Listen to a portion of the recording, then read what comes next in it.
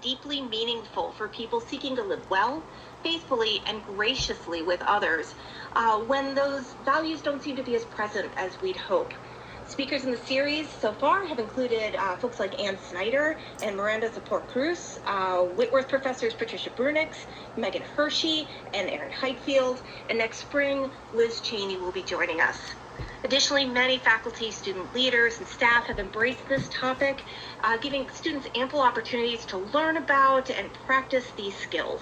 Together, they have engaged in civility, hope, the common good, faith-filled engagement, and hospitality in a world of polarization. My name is Dr. Erica Salkin. I am the interim dean of the College of Arts and Sciences here at Whitworth and a professor of communication studies.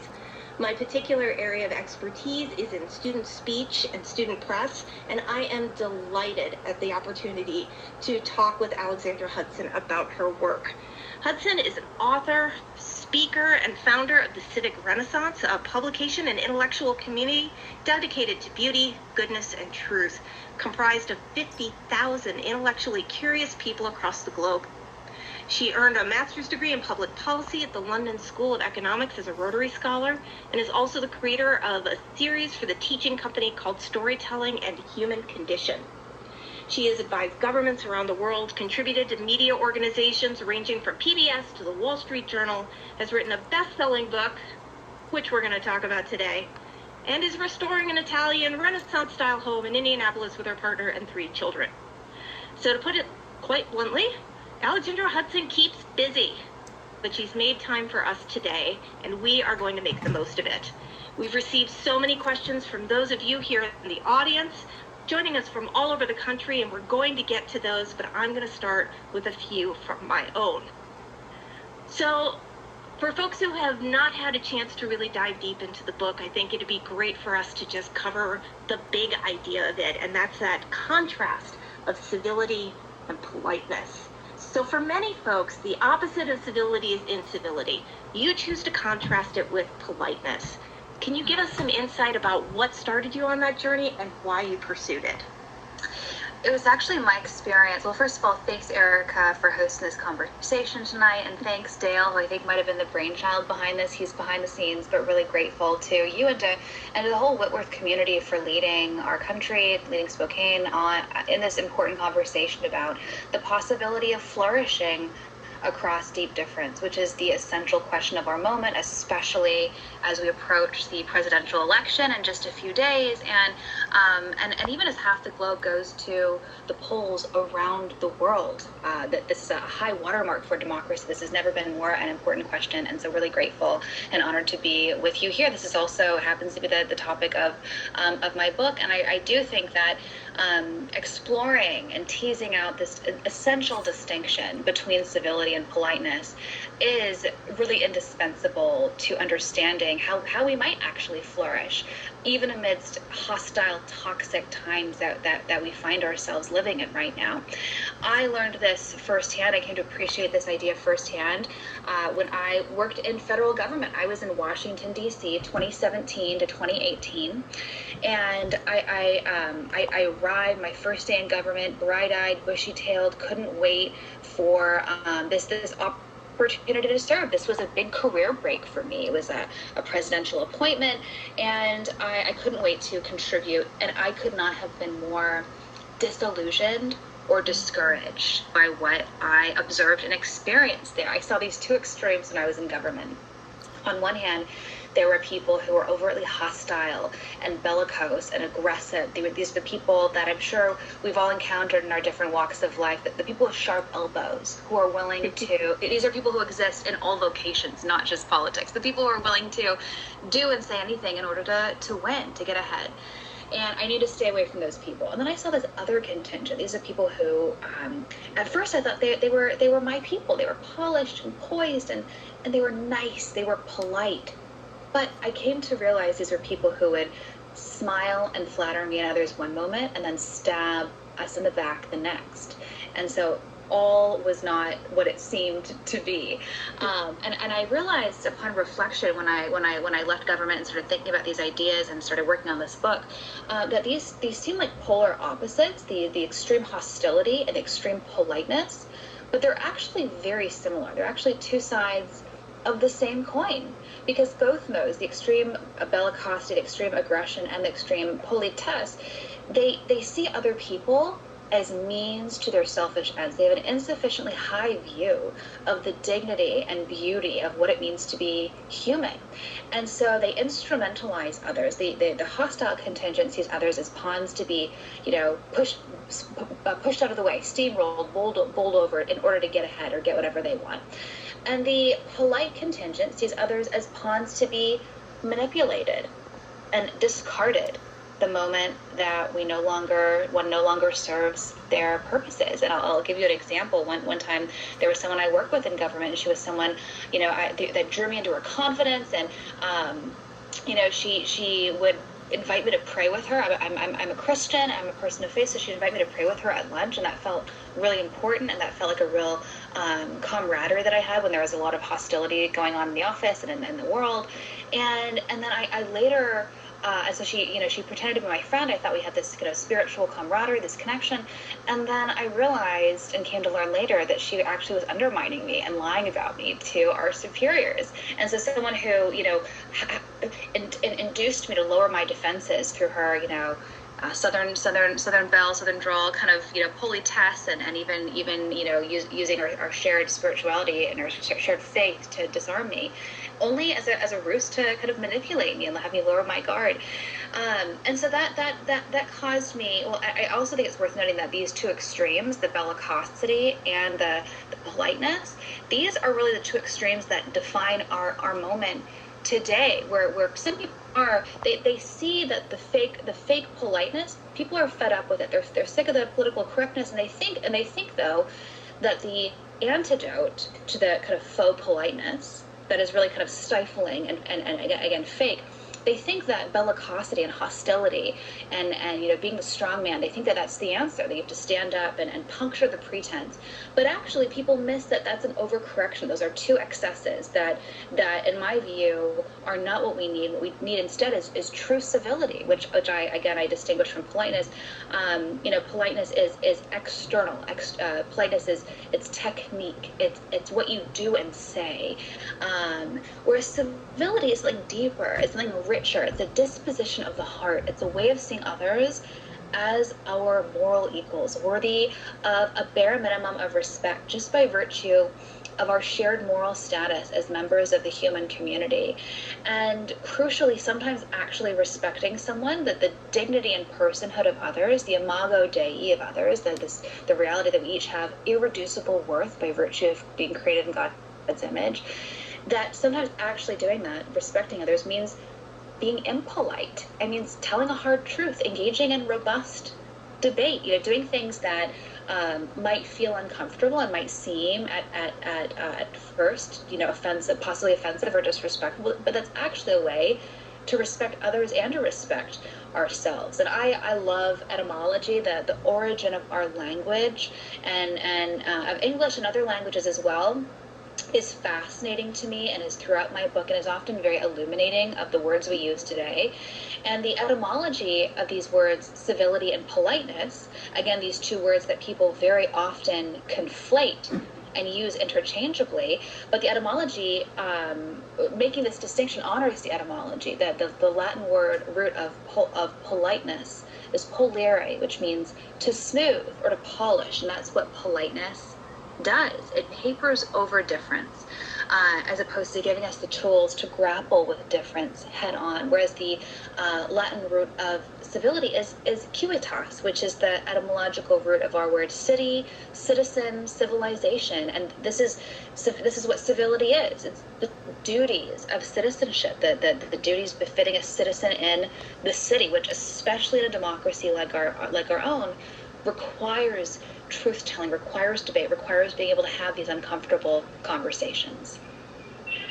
I'd like to dive a little bit more into that sort of contrast of sometimes to be civil means to be forthright, to disagree, even to stand up.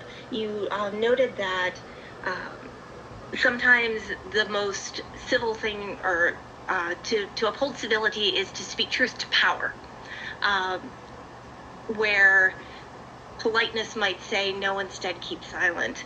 But what I'm wondering is, in the examples that you gave in the book, do we always know in the moment that what we are doing is truly coming from a place of civility, or do we have to wait for hindsight to show that the moment that we were in when we believed we were either speaking truth to power or just being outright rude? Can we know in the moment? Is it all about our motivations, or do we have to wait for history to justify our standing up? I think that's such a great question. It gets at so many important insights and aspects of this distinction, Erica. So thank you. Like, I love that you brought up motivation. I think that really is a crucial distinction between civility and politeness. Politeness is maybe doing the correct thing, but civility is doing the correct thing for the right reasons. You know, like it's I love this line from George Bernard Shaw. I'm paraphrasing, but he says essentially, you know, it's amazing that you can basically get away with murder as long as you do the perfectly correct thing. You know, that you can actually get away with quite a lot as long as you have the polish, you do and say the right things. But actually the motivation behind what we do is what's more important. And you can know that in the moment. I'm a huge fan of I love history and storytelling are throughout my book. And one of my favorite figures from intellectual history, someone who's lesser known and I think is deserving of a revival. His name is Francois Fenelon, and he was a really elite religious leader in the Catholic Church during the reign of Louis XIV, the Sun King in France, who lived at Versailles, and he was kind of at the pinnacle. He was actually the private tutor to the Dauphin, the Prince of France, who was set to be the king, and so he was at the pinnacle of educational, cultural, and religious life in France. And he had a famous, he famously stood up for a friend who was kind of being defamed and criticized for heresy. But he said, you know, like, let's take a charitable approach and look at her work charitably. And he actually fell out of favor and lost everything. He lost his position at Versailles. He lost his position as tutor to the Dauphin. He lost his religious position. It was basically confined to house arrest for the remainder of his life. So he went from this, he had this, amazing tragic fall from power. But for the remainder of his life and career, he continued to write letters to his friends and his fellow Christians at Versailles, consoling them, encouraging them, offering them advice and wisdom from afar. And I love this one insight, and you can look up Francois Fenelon's letters. They're a constant source of light and just encouragement to me.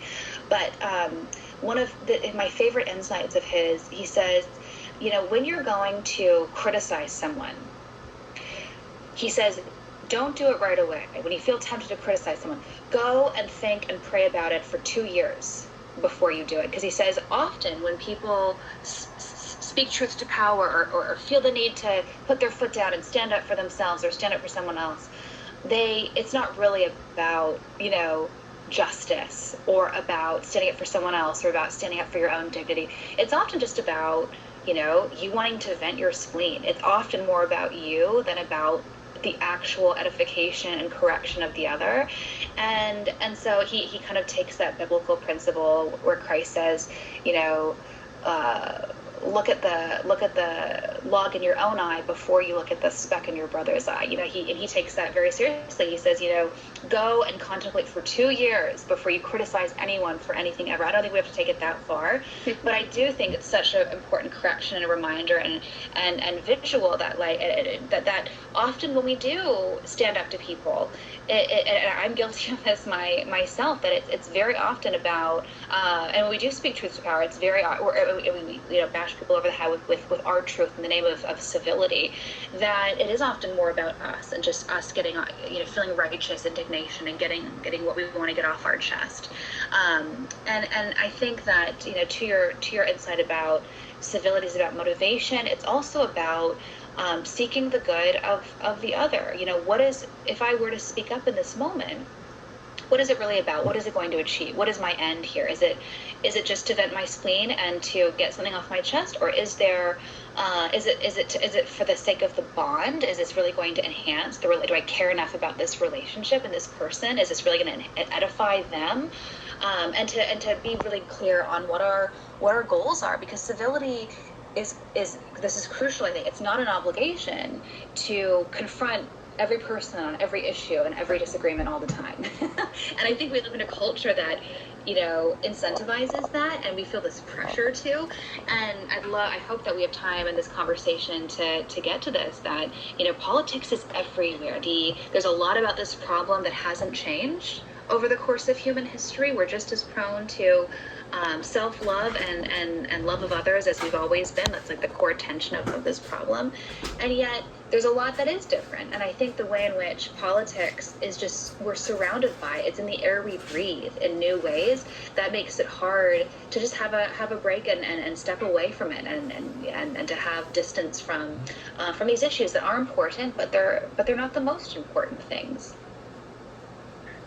And we absolutely will be talking about politics. That is something that our audience is very, very interested to hear your insights on. But I do kind of want to tease out a little bit that sense of we are surrounded by so much more. That sense of seeking what is the good, which I think in many places in your book you tie to this larger idea of civilization. That's what allows us to kind of claim civilization, to move forward as with a common goal, as a common people. I really enjoyed in your book your reflection back to history and to literature, and one of the many quotes that you put in stuck out to me. Samuel Johnson's quote about the test of civilization, yes. A decent provision for the poor, and it made me think of other ways that scholars and artists and writers have talked about civilization. I remember the story about Margaret Mead. It's largely been debunked now, but it was still a good story. Her test of civilization was finding a healed femur, because it meant somebody was willing to take care of somebody with a broken leg long enough for them to heal. And I wondered if you would maybe talk a little bit more about how you conceive of this concept of civilization, in which civility is a significant element. Thank you. It's a great question. So I think that some people are rightly skeptical. They kind of recoil when they hear the word civility, because it does come with baggage. It is linked to this language of civilization, which is in turn linked to the whole history, the abhorrent history of colonialism and imperialism, where people were subjugated and people were deemed inferior for being less developed and less sophisticated. This is all the language and the connotation. They were more primitive. They were barbaric. This is the juxtaposition of civilization on one side of the spectrum and savagery and barbarism on the other side. There was a prominent anthropological theory that's the progress that human societies went through. They started with barbarism, progressed to savagery, and then achieved civilization. This is how colonialism was justified. It was really just naked, economic self-interest. But they said, we're doing them a favor by bringing education and literacy and enlightenment to them, and all the while, pillaging them and subjugating them. So anyway, I think I start with this chapter on civilization to tease out this connection, and I think that I attempted to successfully redeem civility from the baggage of this language of civilization.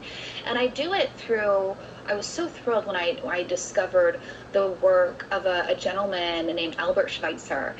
He thought a lot about what civilization was, and he was deeply critical of the language of civilization as a cloak to disguise economic self-interest from Western powers. He was from German. He was I think he was Alsatian and German, and he was a physician, and he was deeply seared. His conscience was seared by the plight of colonial Africa, and he went there and he opened a hospital called Lambaréné in Africa, where he, as a physician, served people free of charge, and people would come from hundreds of miles all around to be seen and served by him. And he wrote this book called A Theory of Civilization, where he teased out, he said, yes, some people, and this is in the 1920s. Sorry, I should have prefaced that he was there during World War I and into the 20s.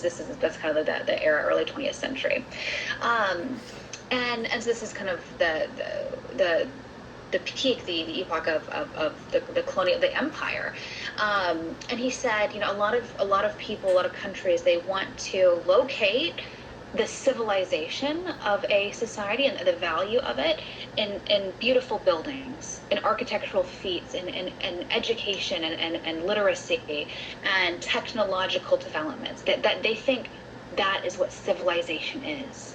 And he goes, that's actually not what civilization is. He says that is faux civilization. True civilization is concerned with what he called reverence for life. And I think that maps on really nicely to Samuel Johnson's insight that you alluded to, that, again, a true test of civilization is how we provide for the poor, the least of these, the people that don't just contribute to innovation and beauty and literacy and beautiful works of literature, but that how do we treat the least of these in society as well? And Schweitzer, rather famously, he didn't just care about human life; he cared deeply about plant and animal life. He was kind of an early environmentalist, and he just cared deeply. He thought a true civilization was founded on fundamental reverence for life, and again, he was scathing in his work, critiquing the colonial and imperial powers that so subjugated so many people by virtue of this definition of civilization that he totally debunked as faux civilization.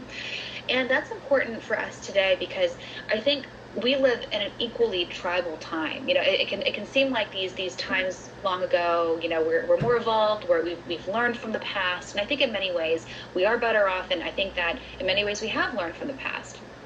But the tribal impulse is still very present. We know this from our hyper-polarized environment and society, where we're very quick to demonize others, to demonize us versus them, and not see redeeming qualities in those that we disagree with. But and this is really a purpose of my book. It's a humanistic manifesto. It's extolling and reviving the gift of being human, and reviving what Schweitzer called this what I hope is this reverence for life. I hope that every person walks away from reading my book with just a fundamentally reinvigorated appreciation of this gift of personhood that we each have, and values that more, not just in themselves, which I hope they do, but also in others, even those that we vehemently disagree with, who might have said things that we disagree with, or hold views that we find abhorrent, that even those that we differ from dramatically still have that kernel of transcendence that Immanuel Kant talked about. That's where he located the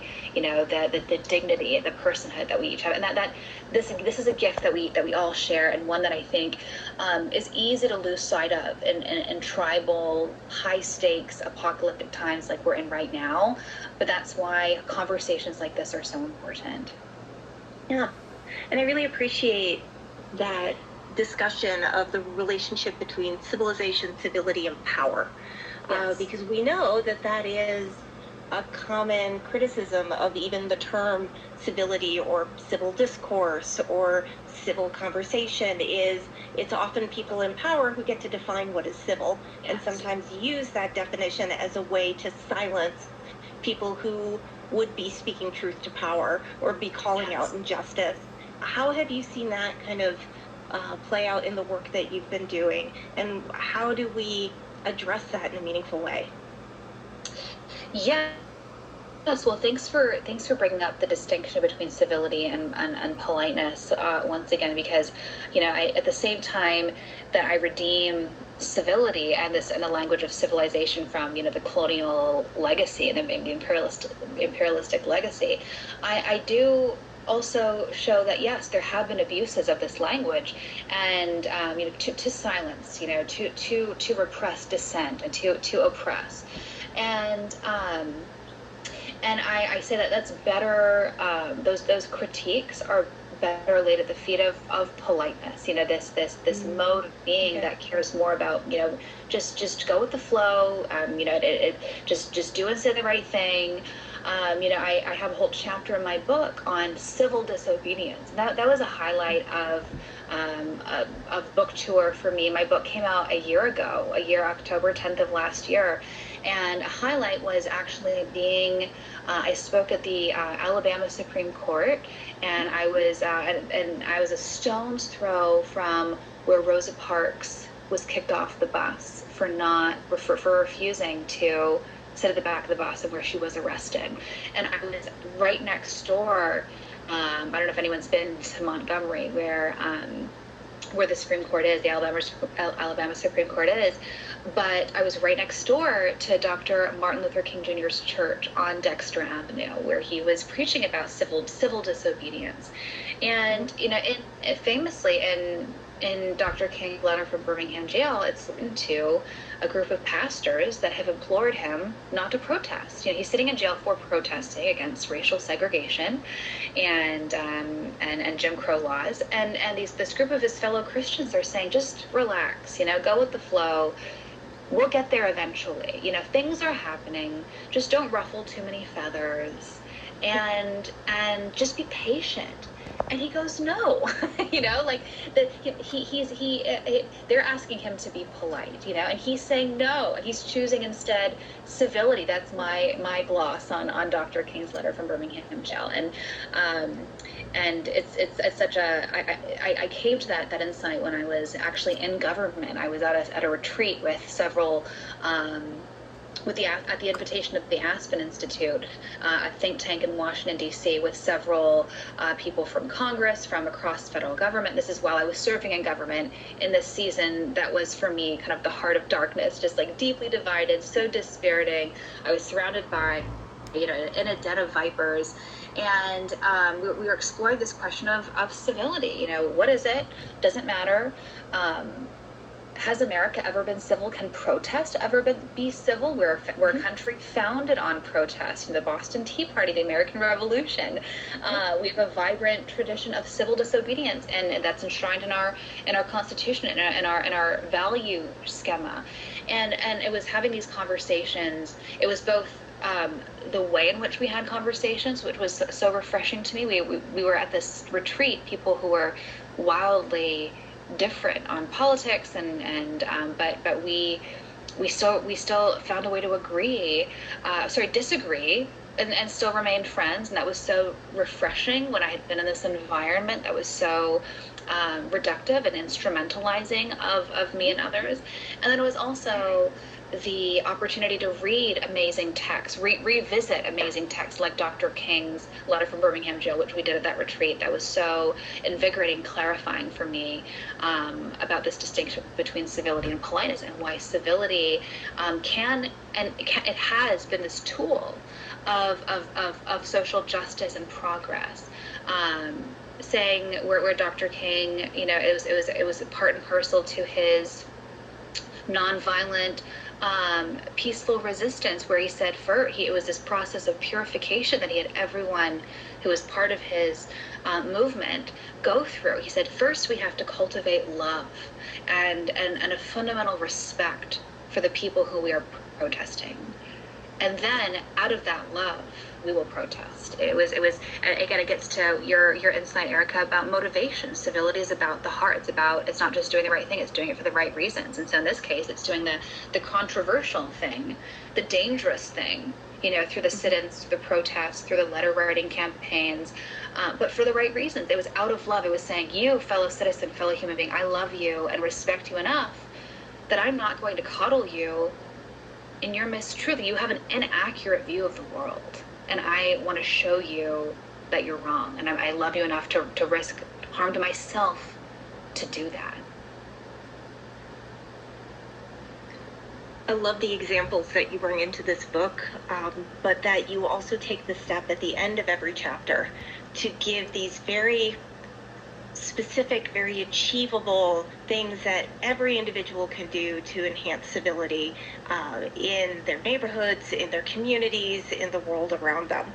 As I was reading through it, especially things along the lines of build that bridge, be the one to reach out. And if they say no or if they rebuff you, fill in the gaps with good, see them as the human beings that they are, try again. And it resonated really well. That is what we need to do.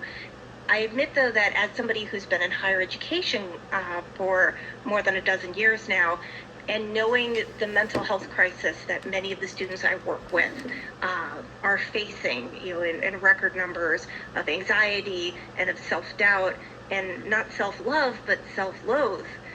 How do we help young people who are struggling with their own self-worth and their self-confidence be part of this civility movement?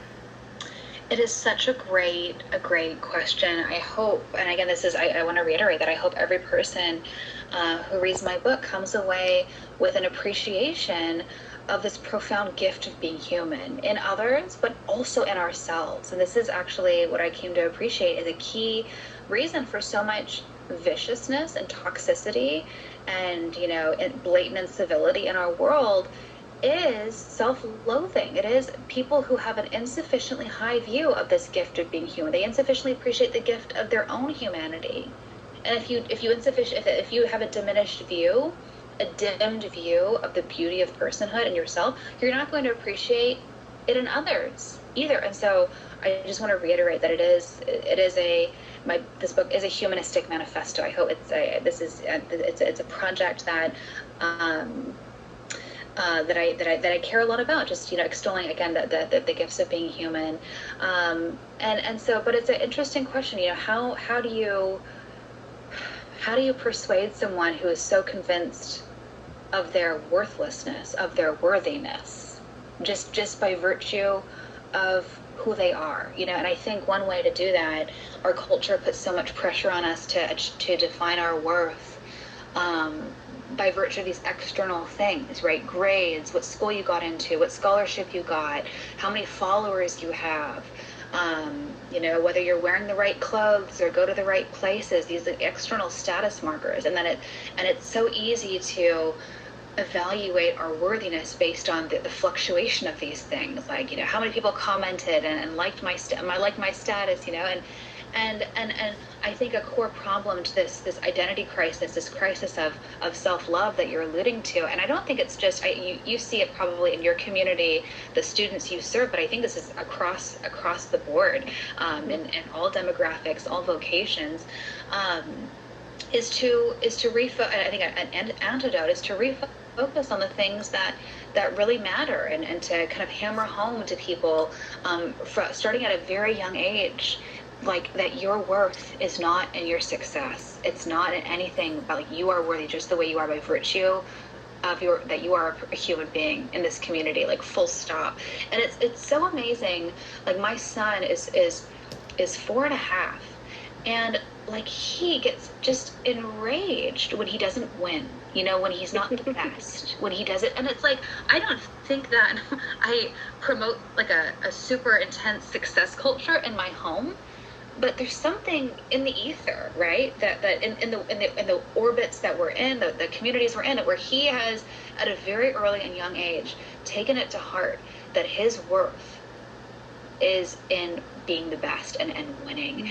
And my husband and I think, and we pray about this a lot, like what's the right approach? We can't just say, oh, stop crying, and he's mad, and he's mad at himself, and he's taking this out, and he's like, you can't reason with a lizard toddler brain, it's like an underdeveloped brain, but I take him aside and say, Percy, like my son is Percival James, 4.5, he's the best, he's very sweet, and I say, Percy, Mama and Dana, we love you, whether you win, whether you lose, and you will win and you will lose, and we still love you, and that's not where your worth and your identity is. And it's like, I hope and I pray that saying that and reminding him of that, like I think that maybe there's just something that's a default in the human heart, that it's like a gravitational pull to want to locate our identity in these external things. And I hope that these early reminders that my husband and I give our son are formative and can help correct that, but I think that if people haven't gotten that early affirmation and correction, or if they have even if it wasn't explicit, in their family or home life, that your worth is in your success and achievement. I don't necessarily think it's too late, but I think there definitely is some reprogramming that has to happen, and to recognize that, even that we're not failures if we're not the best. So we're not getting the best grades and going to the best school and whatever, getting the best job. But I do think that this culture of perfectionism, of success, of ambition, it has a lot to do with it's a crisis of misplaced meaning, where we're valuing temporal things as if they're ultimate things. And what does it look like? I'd be curious to hear from you in the audience. How do you think we relocate and reaffirm our worthiness, and I don't mean to sound like Oprah, like you just eat you, but I do believe that, like, that as human beings, every single one of us has an irreducible moral worth and beauty just by virtue of who we are, irrespective of anything else about us. Amen. As I mentioned, we have lots of questions from the audience, but before I turn those, I am going to ask you one question. If, again, you have read the book, you know that the word porch can be used as a verb. So, what are the 3 essential elements of a good porch session? Great question. So, I tell the story of my friend Joanna Taft. So I kind of fled Washington, D.C. I came home from work one day and said to my husband, I'm done with D.C. I'm done with toxic politics. Let's leave the swamp and let's move to Indiana. This was my idea. My husband's from Indiana originally, and I'm from Los Angeles, and then was raised in Vancouver, Canada. So I'm a dual citizen, had 0 ties to the Midwest. But my husband was thrilled to hear me say, let's move to Indiana. And he goes, okay, sounds good. We'll move to Indiana. No take-backs, he said. And a few months later, we moved out there. And I remember it took a little time to kind of cultivate community. Anyone who's been to a new school or a new city knows it takes work to find your niche, to find your people. And for us, as we've moved throughout different cities, church has always been an important place where we find community, and we found a church we really liked. And one of my first times visiting this church in Indianapolis that we still attend, a woman with a blonde bob came up to me and said, hi, I'm Joanna Taft. Would you like to porch with us sometime? And I never heard the word porch used as a verb before, as you said, but we were curious, didn't know many people, so we went there that afternoon. And what I realized was that Joanna, on her front porch, was embodying an antidote to the crisis of division and alienation that I had experienced in Washington. She was staging this quiet revolution from her front porch. She had curated people across race, across politics, across geography in town, not to have this structured conversation across difference where you say your bit and I say mine. It was just a chance to be with others who are different from you in an era where it's increasingly easy to curate life where you never have to encounter anyone you don't have to encounter, especially the people that have ideas that you don't really like and don't want to be around. And I got a journalism fellowship and actually traveled the country, and I got to meet Joanna Tafts across our nation who are doing the same thing. And this is the key, that not just with a porch, it could be a dock, it could be a coffee shop, it could be a stoop, a front lawn, it could be your dining room, whatever. It's not about the physical space, the architecture. It's about using what you have to create community wherever you go. And so it's really about the disposition of civility and carrying that with you. It's seeing outsiders around you and wanting to transform them into insiders, making that little bit of affection that might actually cost us very little, but mean the world to someone else. And I saw my mother and my grandmother do this, and I know Joanna did this with me, but I know she's done this with countless other people, just approaching a complete stranger you've never seen before in your life, introducing yourself, and invite them into your home and into your life. That's powerful. That hidden power of hospitality, of porching, that is this high and noble expression of civility. So, I mean, I think that this ethos of porching can take so many different forms. I'm hesitant to essentialize it to three things. It really is about, remembering civility is a disposition. It's reclaiming that the disposition of civility, and it's making a lifestyle out of it and wanting to transform outsider to insider, stranger into friend, making those bids for affection, reaching across the divide voluntarily. And this is the beauty, but also the challenge to civility, and staging a civic and civil renaissance. That there's no, we're about, maybe many in this audience have already cast your ballots, and many more across the country will cast our ballots in the first week of November for the next president, which is a very important thing. But the president will never be able to single-handedly stage a civic renaissance.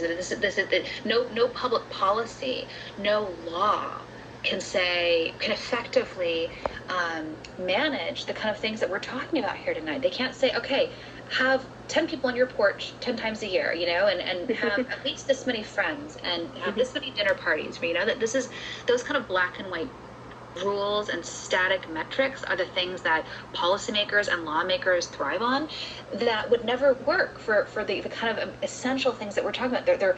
They're voluntary, and they are spontaneous. I'm sure Joanna didn't go to church saying, I'm going to find a blonde woman and say hi to her and invite her to my home. I'm sure she saw me, didn't recognize me, and said, I want to meet that person, and so it requires flexibility and fluidity that public policy and law doesn't have. But in my opinion, it's more important. That's what makes it more important. And so, cultivating that discernment, it's not a categorical obligation that you have to invite every stranger you meet into your home. I don't think anyone has that obligation, but being discerning, and when the spirit moves, act. If you feel inspired to you have the emotional wealth that day to reach out to someone and give, and it doesn't even have to be invited into your home. It could just be a kind word, an encouraging word to someone, a sincere compliment can be a really uplifting, an important way to bless and bring light into the world that we underappreciate. Wonderful. So we received many, many questions, and a very, very common one from our audience is conversations with family and with loved ones when there is political or partisan difference, or a difference in what they believe to be factual or true. How do you do that? How do you engage in that civility when it's with people with whom you have such deep and powerful relationship? I love this question because it's so important. I am so thrilled and exhausted just thinking about my last year. After my book came out, Erica, since my book came out, I've been in over 50 cities and 5 countries talking about the book and talking about these ideas that people are hungry for. And I'm so honored that the book and these ideas are a catalyst to have these important conversations. And I would say the one that comes up every book talk, every conversation is this question. That there's someone in their life that they love and they're just really deeply struggling with. And the number of stories, I think this is the most tragic manifestation of our division and toxicity right now, is the number of family relationships, of lifelong friendships that have been strained or severed entirely by political difference. People say, you voted for Donald Trump, or you have this view on the COVID vaccine, and that is enough for me to not have you in my life. I cannot see how I can have you in my life if you are so wrong or so misguided on this issue, Mm-hmm. And I talk about this in the final chapter of my book, but that chapter is called On Misplaced Meaning and Forgiveness. And I argue that as these traditional touchstones of meaning, faith, family, and community, friendships, have been on the decline in recent decades, unfortunately people have misplaced their identity in politics and political leaders and political issues, and that makes it really hard to think rationally and to have sound conversations about these really important topics. And there are many symptoms of this crisis of misplaced meaning that I'm happy to talk about. But in my opinion, the saddest one is the number of friendships and family relationships that are severed over politics. Like, people are elevating temporal goods to eternal goods, and it's a crisis of disordered loves, where people are putting politics over things that are more important, in my opinion, which are, I think, family relationships are more important than politics, and as are lifelong friendships, and they're choosing to define years, decades of history, of trust, of joy by a moment in time and a single issue, and reduce people to that, which is so sad. And so my antidote, my how I encourage people to think about this is that boundaries are okay. That's part of what civility is. It's respecting others enough to tell hard truths when the moment arises, but respecting yourself enough to say no, or to say, to respect the decline, or even to avoid conversations entirely. And this is really crucial. Like, again, politics is all around us all the time. It's in the water, in the ether, but it is okay. In fact, it is essential not to talk about politics. If you know that your crazy Uncle Joe has this insane conspiracy theory that I shouldn't have used Uncle Joe. Sorry, that was just like it was just a mental groove or whatever. But if you have a someone in your life that has crazy conspiracy theories, and you don't and that that's a sore point where you won't be able to, they're not going to change their mind, and you're not going to change your mind. It's not going to be a productive avenue of dialogue. Then it's okay not to go there. Michael Oakeshott, an English intellectual, he said, conversation is an unrehearsed intellectual adventure. And I love that definition. That is like what a conversation is, a true gift and a joy to me, and as I think it is to many people. But there are sometimes, with some people, what they're going to say. You know that if you bring up a conversation, they have their talking points, and you can literally play out verbatim the dialogue in head. You know what they'll say, you know what you'll say, and it's like, why even go through that exercise? It's not good for anyone. It's not good for anyone's joy and peace. So it's okay to just like compartmentalize. Like, there's a bright bubble around this topic, and we're going to leave that at the door, and we're going to have a nice meal together at Thanksgiving, which is right around the corner, or Christmas dinner, which is also right around the corner. So I just want to encourage people to remember that family relationships and friendships matter more than these transient, although important, issues. But don't let them displace lifelong friendships, decades-long relationships. And also remember that, for our mental health and for the sake of the friendship, for the sake of the bond, it is okay, and in fact good. I encourage you, have boundaries, and it's okay not to talk about politics or certain issues. You're not selling anyone out if you're not, fighting for your principles every moment of every day. And who has time for that? It's good not to talk about it. It's good to take a break, and to just come around shared history and shared values, and shared loves, and just be with others absent. We need oases and breaks from the discord, and family and friendships should be those places of oasis and rest and restoration. And it's sad that instead they've become casualties of the divisions that are so present today. This question, I think, is related, but enough different that it'd be great to hear your thoughts on. We had a couple of folks who were very interested in your concept of tolerance, and wondered if you could perhaps describe a little bit more the role tolerance plays in civil discourse, and how we use that when we have simply differing life philosophies. Yeah, so thank you.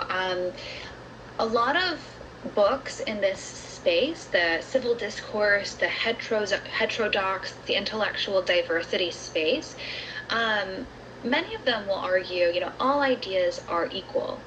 And we should bring, all ideas should be allowed to come to the fore and let the best ideas win. And this is where my book is markedly different and departs from the heterodoxy, the intellectual diversity space. I actually don't think all ideas are equal. Ideas that are dehumanizing, that subjugate others, that put people on a racial hierarchy, that are dehumanizing, I don't think that we should tolerate those ideas. I don't think all ideas are equal, and we shouldn't be subjected to them.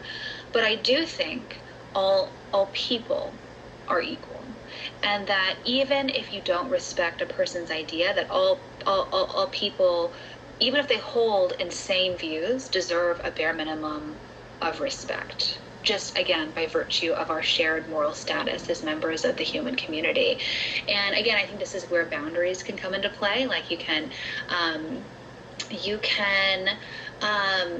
want to get to know someone at and also where you want to get to know someone beyond their view on one issue that you hate. Like you find out someone has voted for this person or thinks that you might recoil, you might have a visceral reaction and want to run away. That some people have those kind of fight or flight responses when they encounter people that have just views that it could just be they disagree with, or even really controversial views, but instead to stay there with it and stay present and be a little bit curious and say, tell me more about yourself, tell me more about your story, help me understand who you are and how did you come to view the world the way that you do.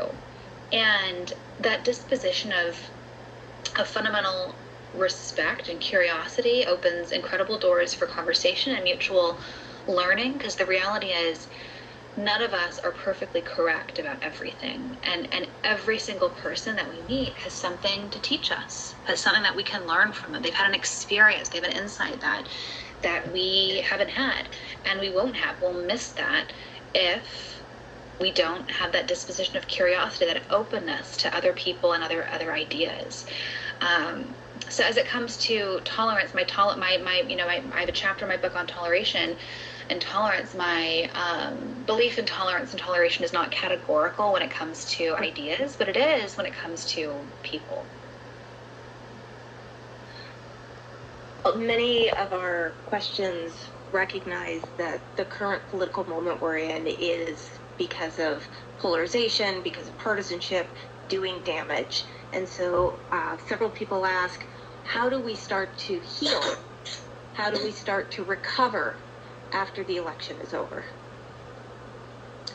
It's an important question that we should all be thinking about. And my message to everyone who cares about that question, and I hope that we all do, all increasingly care to heal, is that we each have way more power to be a part of the solution, to be a part of healing than we realize. In my book, I unpack this idea, this concept. It's called the mellifluous echo of the magnanimous soul. And I tell the story of my grandmother, Margaret. She died, oh my goodness, almost 5 years ago now, just before the birth of Percy, who's 4.5. And she was someone who lived her life according to an otherworldly logic. Things that were essential to her were her faith, her family. She was a zealous evangelical Christian and loved her family and supporting them. But most of all, she was just passionate about people. And she used every opportunity. She saw every opportunity where she connected with another human being. She treated it as a sacred and profound gift. She was someone who treated other people with this sort of bewilderment and just amazement at the beauty of what it meant to be human. She just saw the gift of being human in every single person that she met. She was just in awe of them and treated them with just a reverence that she wanted to know them and she wanted to bless them. And so she was someone who just maximized every single human interaction. And she just made it her mission to, get up in the morning, put her makeup on, and forget about herself and just be utterly self-forgetful and focused on making others' lives better. And she blessed countless people. She had her own version of the porch. It was her front lawn. She had her little front patio, and she would just invite people over, and newcomers, immigrants. She, her mail lady became one of her best friends, and she was so my grandmother had 5 children and raised each of her children to be people who were proactively seeking the good of those that they encountered in life. And each of those children raised us, like their children, to seek the good in others. And heavens knows I fall short of that every day. But I call this idea the mellifluous echo of the magnanimous soul, because it's kind of the inverse of vicious cycles, these cycles of generational trauma. We all know stories of people who make bad decisions, selfish decisions, addiction, trauma, abuse, and that has generational consequences. One person's bad decisions hurts people across time and across place in ways that they may never see. And we know those stories. They dominate our headlines. Netflix miniseries are made out of them. But we don't hear stories of the inverse. But the inverse is also true. Stories of how one magnanimous soul, and magnanimous soul, it comes from Aristotle, where it's just a really well-composed soul that is utterly self-forgetful. And they're just so well-composed, they're able to just be fully focused, fully present, fully giving towards others. That one magnanimous soul can, across time and across place, make the world a better place. It's not a story of generational trauma and vicious cycles. It's stories of virtuous cycles that are put into place. And my grandmother's story is like that. Just one incredible human being who chose to live her life according to a different logic, the logic of eternity, the logic of faith, both her Christian faith, but also a faith that every single seed that she planted, and the metaphor of the garden is important throughout the book. I come back to that time and time again, that to be a gardener is to be a person of faith, that you plant a seed and you have no idea if it'll grow or not. Like you're not there every day. Like if you don't have faith and are checking on it constantly, like it's not going to grow. You're going to kill the seed and destroy the germination. But that the same goes for our social lives as well. Every seed that we sow in life, every good deed, every kind word, everything we do, seen or unseen, appreciated or not, that we don't know what good might come of it, but we trust and have faith that it will. And we'll never know this side of eternity the fruits that my grandmother's life and legacy will bear. And we only know a fraction, but we know she did a tremendous good. She died right before the world shut down, before the COVID-19 pandemic. Her funeral was February 4th of 2020. And, we had over 500 people come out to celebrate her life, and hundreds more online. It was just such a beautiful celebration of her life and legacy, the people that she had touched, that she had met once, 20 years ago, but still showed up to celebrate her life. And I tell that story because that's not a superpower, that we each, again, have way more power to be a part of the solution than we realize, and that it requires, us just taking ownership over every word we speak, everything that we do, realizing that it can be a force for light and for healing or for darkness. And I hope that we choose light and healing. We choose civility. We choose to affirm the dignity and humanity of others, even those that we vehemently disagree with. I cannot think of a better way for us to close our time together than with that. Alexandra Hudson, thank you for sharing your words with us, your time. This has been such an enlightening conversation, and I look forward to hopefully seeing it continue on our campus using the good guidance and advice that you have given us through your book. Thank you, too, to the audience who have joined us today for being part of this larger conversation. I hope you found it as enlightening as I did. We are so grateful to you.